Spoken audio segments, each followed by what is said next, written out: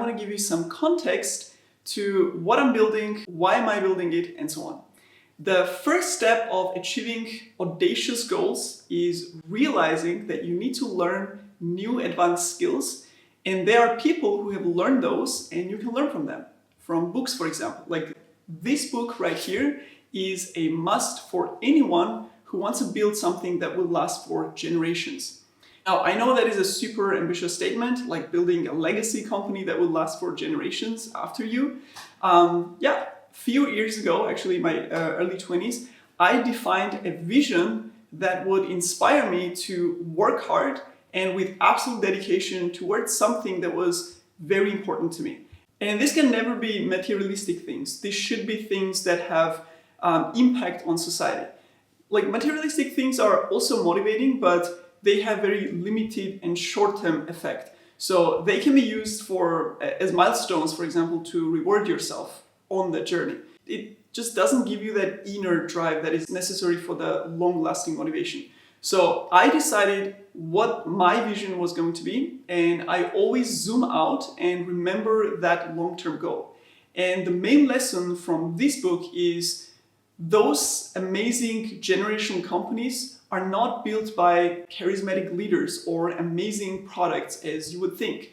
They're actually built by designing organizations with such culture and spirit that continuously produce best teams and leaders from within, who then create and build amazing products and services for the world. Like Steve Jobs was once asked which creation he was most proud of, probably expecting an answer like, I don't know, iPhone or MacBook. And he actually said Macintosh team. So his proudest creation was the original Mac team within Apple. How do I plan to build that generational company? I have no idea actually. I'm still learning by reading this book, probably 100 other books. We'll implement things and learn from practice and iterate, and it may take 10 to 15 years, but we'll get there with a lot of patience eventually. So that's the long-term motivation. And now let's actually go to the gym for the morning workout because we have a lot of things to do today. I'm as hot as it gets, yeah, they not on the list. Took a shot of success, hit nothing but net, yeah. Said they hit the rim, changed up my number and took out the sim. I'm on my hustle, I'm back in the gym. I can be humble or I could go in, I go for the win. We got it next, that's how you finesse. We come for they next, we come to collect. Did it all on my own, yeah. When it brought it back home, yeah. Now they calling my phone. Okay, so after a workout, now we're gonna go to a coffee shop to do our first work session.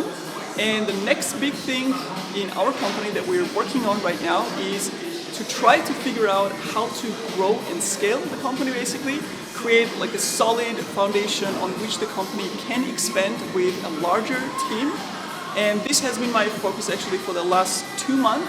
And we have been brainstorming hundreds of ideas. In my other video, which we recorded last week actually, you will see how we plan the entire month with new priorities and projects where we crystallized a handful of things that we will be focusing on in the next steps.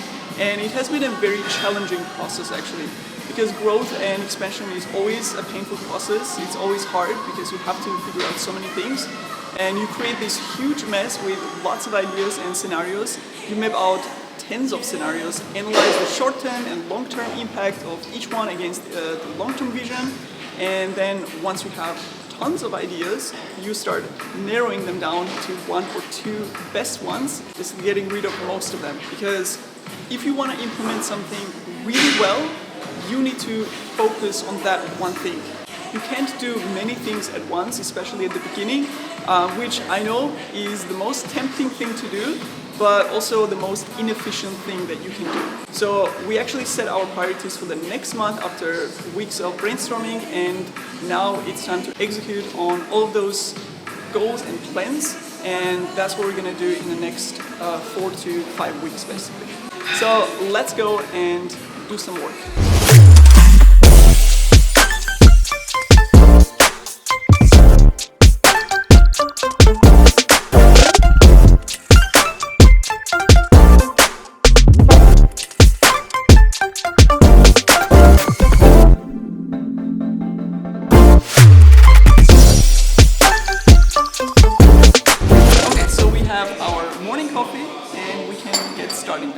And as I said, you should always be focusing on one thing fully if you want to implement that properly.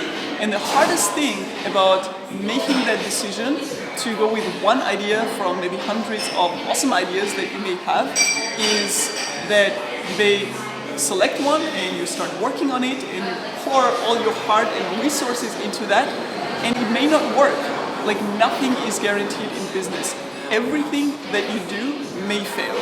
Imagine you and your team had this brilliant idea and everyone was super motivated and excited to work on it, and you know, put some resources towards it and you tested it and it just flopped.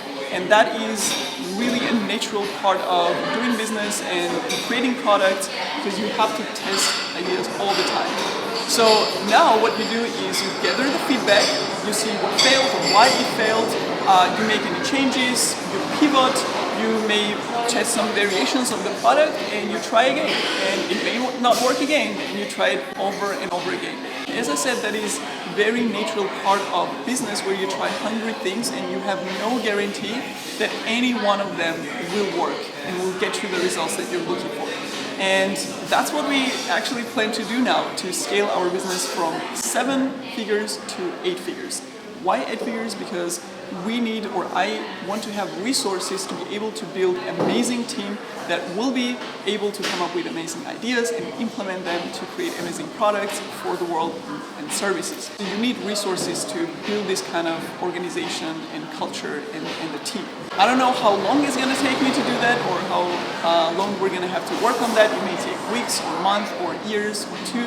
But eventually, I know that we will get there. And I know this because that's exactly how we got to this current stage, building $1 million company, where Nikki and I were actually working for almost 3 years prior to building TechWorld with Nana on different ventures and different ideas. We are both engineers, so we were coding, writing some apps, and networking with people, trying to sell them, try to monetize them, try to come up with awesome creative ideas. And we were working on evenings and weekends non-stop, and nothing seemed to be working. Like nothing seemed to stick. One failure after another, nothing was taking off basically, until we had a breakthrough with TechWorld with Nana and did $1 million in revenue and profit in the very first year of the business, which is very rare. Like it very seldom happens. I remember our tax advisor was completely shocked when he saw the numbers when we had the annual report viewing with him.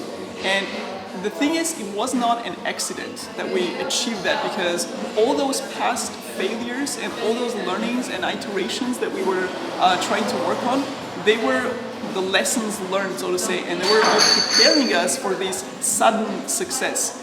And now again, we are stagnating in the same position as before, and we are doing the same, learning from the failures, trying out many ideas, seeing what sticks, seeing what works, seeing what is going to take off, and learning from one failure after another, how to get to the next level to build a proper organization with the best people. Now, why do we need to grow if we are already so successful, you may ask? And that was actually what Nikki asked me to. And the reason is, if you want to have larger impact and you have a much bigger vision of what you can do, what new things you can build, then growth is just the next natural step. To have the resources available to go after this vision.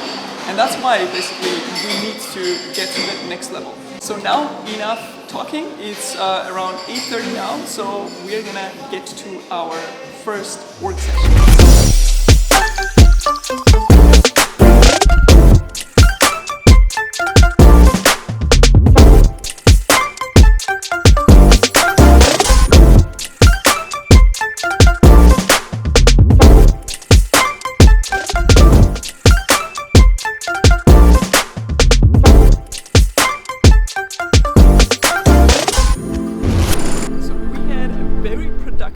Session at the coffee shop. Now we're gonna go grab some lunch before we do another working session. And I actually love working in coffee shops. For me, it is an extremely productive environment where I get a lot of creative work done. So for example, the last bootcamp, which was actually the biggest bootcamp that we created for advanced engineering training, I created probably 70 to 80% of the entire bootcamp I planned and scripted in coffee shops. So I would get up every morning at like 7 a.m. I would go to the coffee shop and I would do 3 hours of deep work session at the coffee shop. I prepared all my scripts there. I created all the demo projects with like DevSecOps processes set up, like everything. I think I did it for like 5 to 6 months every single day, because it gave me like this consistency of every morning I have 3 hours to work on this huge project, and then the rest, the other half of the day, I would be doing like administrative stuff, you know, working with the team and giving feedback and so on. So that was like my dedicated work time, and I was doing that in a coffee shop every morning. So it is a really productive work environment for me. That's why I still do it. And right now we are actually working on a new offer, which is a variation to what we already offer with our bootcamps. So it's kind of combined, that provides the highest value with the fairest price. So basically we wanted to create an offer which is a no-brainer for people who are the perfect target group for this offer to purchase or to take from us. And it is gonna require some work from us and from our team. So in the next 1.5 months, we're gonna be preparing everything for the offer. We're gonna be hiring a new engineer to basically help us with the fulfillment. And in October or mid-October, we're gonna be announcing it to the community, to all our email lists and social media followers and everyone. And we're gonna be doing everything to launch the product in December. So that people can start with the program, with the training in January, which is a perfect time. New year, you know, new goals and new trainings for the people who enroll. And I'm actually going to be documenting the entire process of how we prepare the offer, how we hire a new engineer, which is perfect fit for, you know, exactly fulfilling this product, how we communicate the offer, how we do marketing and sales, the preparation, basically everything until the launch, and then fulfillment. So I'm going to be documenting everything because I think it's such an interesting, like real hands-on part of a business, not just high-level, shallow, blah blah blah. So we're going to be posting those videos on this channel as well. So if you want to see those and if you're interested in such a content, then make sure to subscribe. So now let's grab lunch and then time for a second session of work.